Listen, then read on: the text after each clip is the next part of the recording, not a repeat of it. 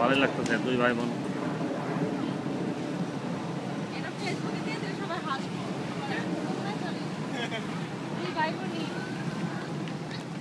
দুই ভাই বোন তাদের ছোটবেলার কথা মনে পড়ে গেছে মনে হয়।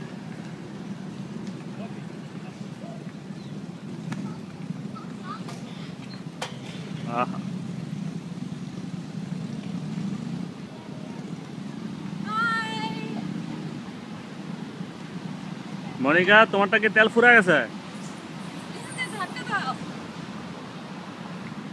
মনিকা তাদেরকে ধাক্কা দিতেছে।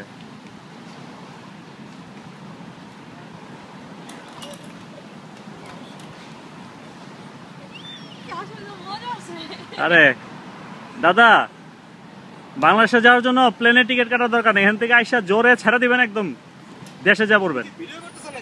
কি মনে হয়? কি মনে হয়? অসুবিধা নাই, ফেসবুকে দেখেন বুঝতে পারবেন।